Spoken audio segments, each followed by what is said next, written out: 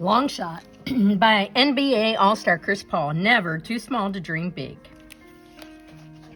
Everybody told Chris he was too small to play basketball, but he had ignored them all because he had big dreams. Long Shot. Oh, I like the way the letters are basketball. Never too small to dream big. Buppita. Michael Jordan is stalled in double coverage, and he looks for an outlet. Buppita. Jordan sees Chris Paul streaking down the sideline. Paul is only 8 years old, but he's lightning fast.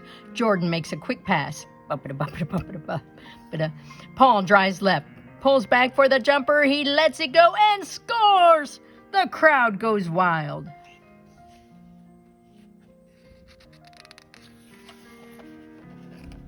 In your dreams, Chris. My brother CJ and his friends were just getting back from the playground. They loved to tease me about my game. You're too small to play basketball, said one friend. And tiny, said another. Did we mention small? Added a third, and they all laughed.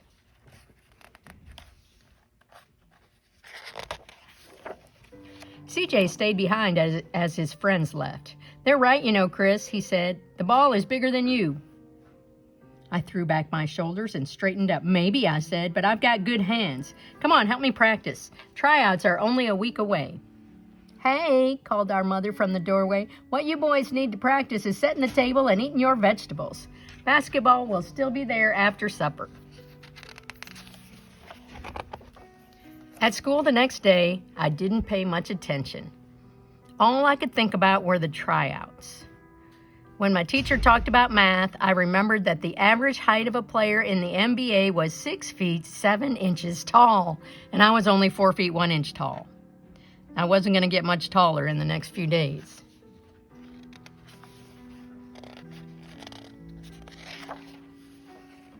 That night, I was lying in bed when Mom came in. What are you thinking about, Chris? Coach is only going to take 15 players. What if he thinks I'm too small?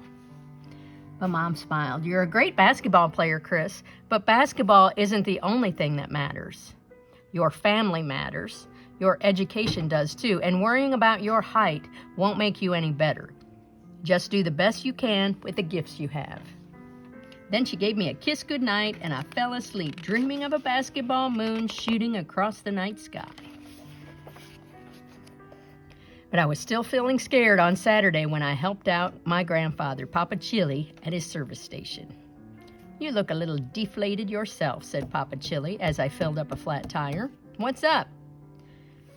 Everyone says I'm too small to make the basketball team, I said. Nothing wrong with being nervous, Papa Chili said. Look, Chris, you can't make yourself taller, but you can get faster and stronger. He winked at me. Work harder than everyone else on the court, and your size won't matter. Over the next few days, I spent hours and hours practicing. I shot layups and foul shots. I dribbled first with one hand and then with the other. I ran sprints to build up my wind. One day, my brother came out onto the driveway where I was resting. Hey, Squirt, said CJ, I've been watching you. Really? I didn't know CJ ever watched me. Yeah, well, don't tell anyone, said CJ. But listen, when you drive to the basket, don't look at the ball. Your hand should know where the ball is without looking.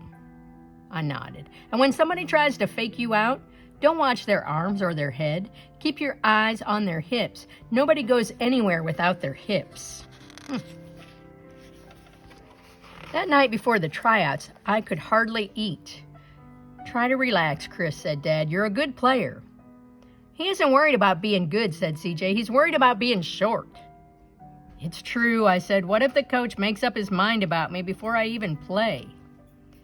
But my father shook his head. A good coach will want to see what you're made of.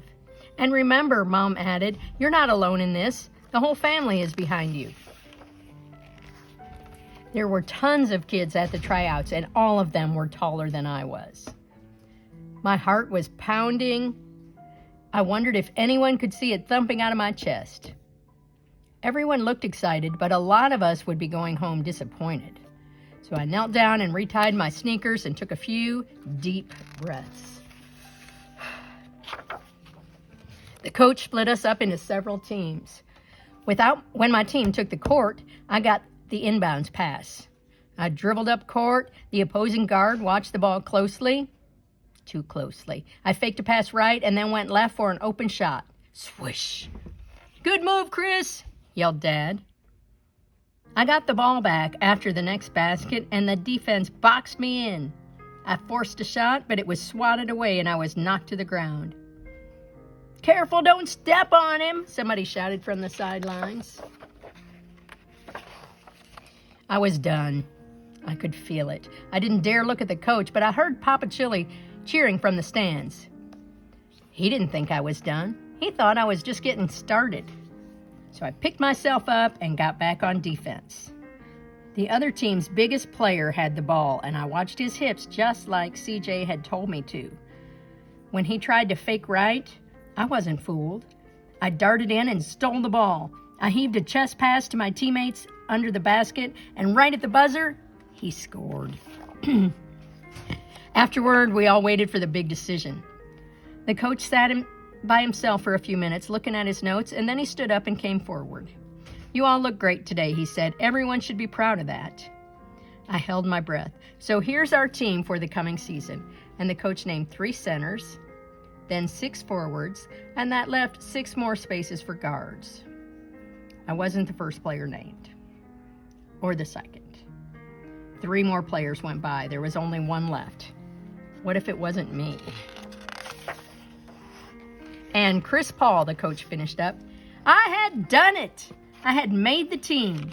My parents and Papa Chili gave me a big hug, and even CJ was impressed. Not bad for a squirt, he said. Nope, I said to myself, not bad at all. A little note about Chris Paul. And it doesn't say how tall he is, but I believe he is the shortest player in the NBA. And he won a gold medal in the 2008 USA Olympic team.